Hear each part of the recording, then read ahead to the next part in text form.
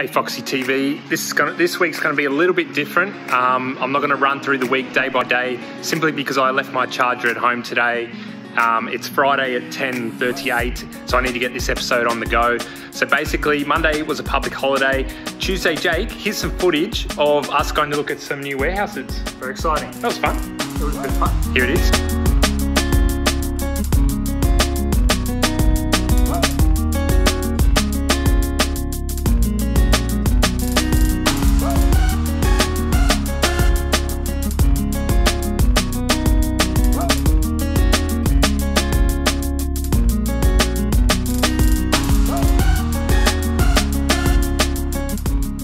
Uh-oh.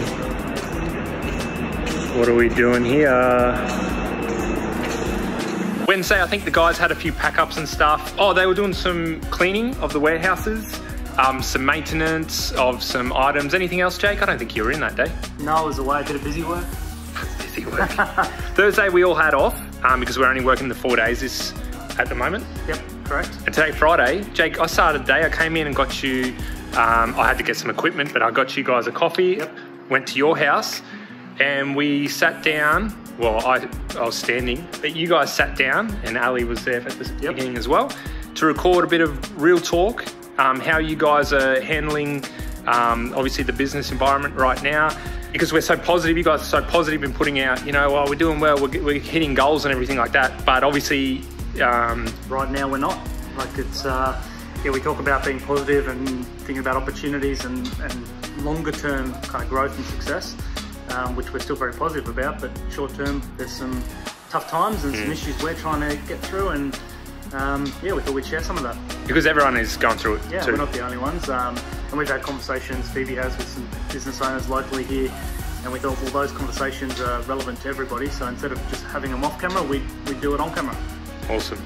So I'm going to play that chat now. It goes for about 10 to 12 minutes, I think. But that's it for Foxy TV episode 62. And we will see you next week. See ya. We thought for Foxy TV this week we'd have a bit of a chat about the current climate with all the COVID-19 coronavirus, and how that's impacted us as a business and obviously home and everything. We're filming from home today, not at the office because we're home with the little ones, because like everyone else. I think part of the reason we said we were going to do this is because generally we are mostly optimistic and pretty positive as business owners. Like, we're always thinking about the next thing and what else we can do and growth in the business, and that probably comes across a bit in most of our content. And it's not that we're hiding the struggles and the stuff that we're going through right now, but we just don't generally talk about it as much. So we thought, let's make a point of... more of a manifestation of positivity. And maybe mention you have been speaking to some local business owners. Yeah, so I went and talked to one of our suppliers, put in an order, which is awesome for them.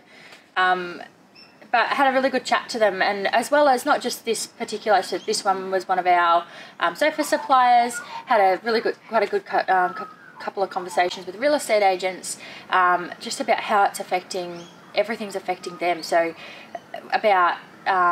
So you're having those conversations one-on-one. Yeah. So we thought, let's just do it here, because other people are all, well, you know, we're not the only ones going through this. Everybody's kind of having their own issues and things that they're dealing with. Yeah, so real estate agents with their PAs and things like that, they're not getting the revenue through, but some of them don't qualify for JobKeeper. They're asking for advice on JobKeeper. Different stylists in different parts of the country qualifying for different, like they've had the Property Stylists of Australia, you had that big conversation, a Zoom chat organised by Tara. Yep. Everyone all came together to try and give some strategies. But yeah, so as far as where we're sitting... So I guess we're very positive about the medium to long term. Like, things will pick up. We've built our business in a way that we've got, you know, a great team in place. We've got our warehouse with all of our stock. We've got good relationships with agents. So long term, we're very positive. But right now, we're dealing with the fact that, you know, we're a business that generally does or aims to do about 30 installs a month at the moment. We've had some months bigger than that, but about 30 is what we're aiming for. Yep. April we did 10.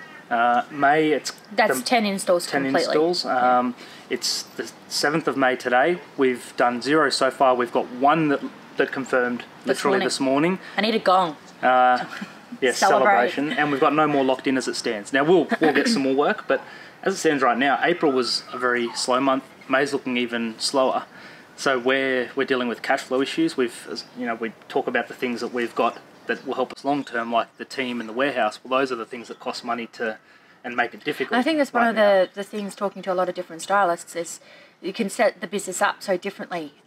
For example, you can contract in all of your staff, and that's the way it's traditionally been done, contracting in your stylists. You can hire all your furniture so you don't have the overheads of the warehouses. So in some respects, I can definitely see how that model could be really helpful. Right now, that's probably... Absolutely, yeah. It looks like a good way to do it. Yeah, so that you're not as worried, don't have that feeling, which I know that so many of you would have, that pit in your stomach just wondering... But you know that the work's going to come, but just that interim... Where's the next bit of and to be honest, it doesn't matter what industry you're in, you're going to be feeling that at the moment. So, I mean, the biggest things for us, to be a bit more specific, is staff. So we've got 5 full-time people.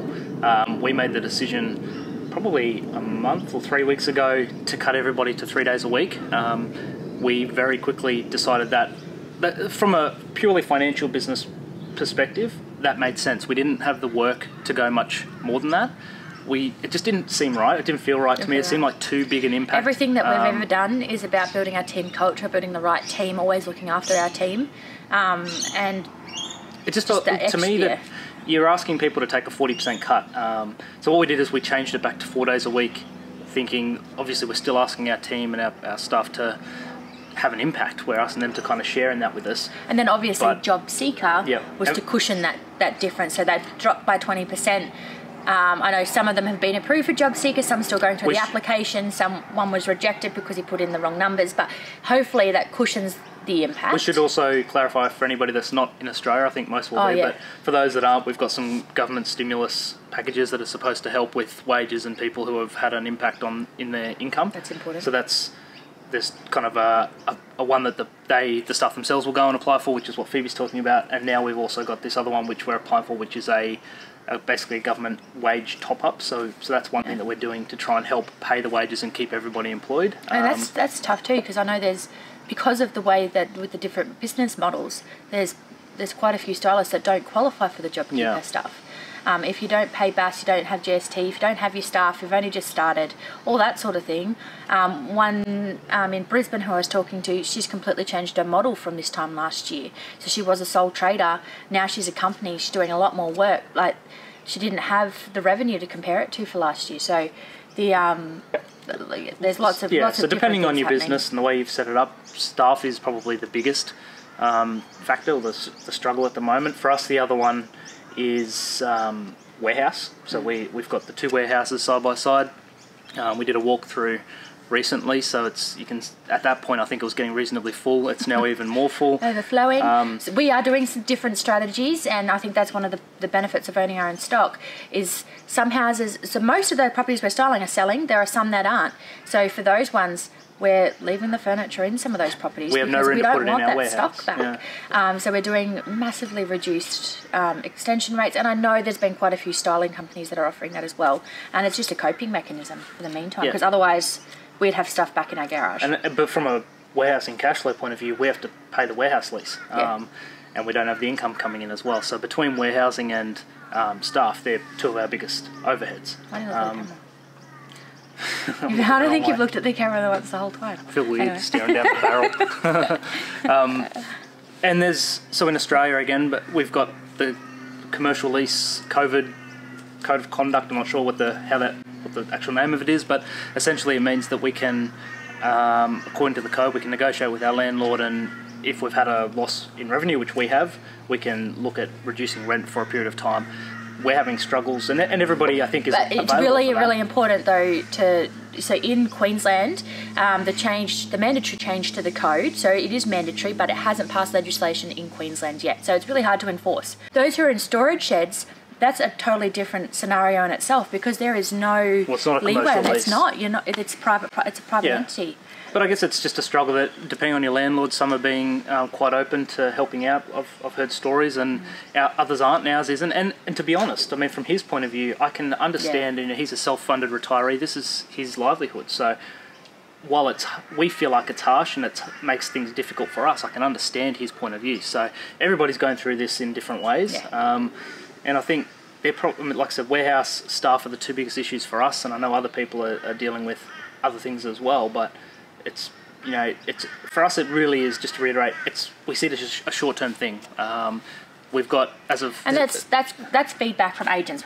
As far as a short-term thing, like all the feedback from agents who have been here for ages, they went through the GFC. In Brisbane, they went through all the floods. The market will come back. It will come back stronger, and I think that's what we really, for us, that's what we are looking forward to. That's what our focus is on. That's why we need it. That's why we want our staff to be here, because we want to come back just as strong. We want to be ready for it. Yeah, ready. So today it's Friday. Tomorrow is the first day with open homes allowed again in Brisbane, with some restrictions in terms of numbers going through, that sort of thing. And other restrictions are easing, allowing multiple households to meet conveniently for Mother's Day. But that's what those restrictions are starting to ease. That gives that confidence back in the buying market. However, like, there's still stuff that's been selling. It's more now that there was a shortage of stock to the market due to the uncertainty from people wanting to sell, and that's totally understandable. A lot of stuff was happening off market, so we didn't even have the opportunity to get into those properties. So yeah, looking forward to... At the moment, the issues that we've talked about, they're short term. We just have to survive. We have to make sure that we're, like we said, our focus is being in a position that we're ready to take any opportunities as they come up. So we want our staff, we want our team in place, so we need to look after them. We need to be, you know, in terms of our furniture and our stock, it's all there ready to go. We're using the time to fix and paint and, you know, have all of that ready.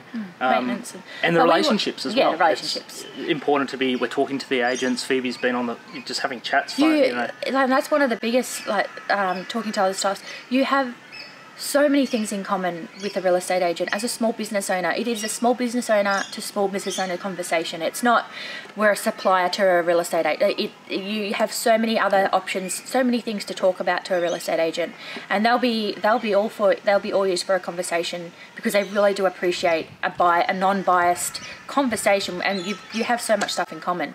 But I think what I wanted to get out of today and out of our episode this week is like all the other stylists, small business owners, we're not alone. Like a lot of small business, a lot of stylists are sole traders, and to bear the brunt of this on your shoulders, that would be, at least we've got each other and the whole team to have a discussion with. But give us a shout if you need help with anything, if you want to talk through anything, that sort of thing. So you know how to get in contact with us. We're here to help, and sometimes it's just a conversation. That's right, an ear. Yep. Yeah. Cool. That's it. Awesome. Cool. Real talk. Yeah. Let's get deep. No, it's just wrong. Don't do that. You're an idiot. You know I will. That's your own fault. That's your own fault. You ever looked at us like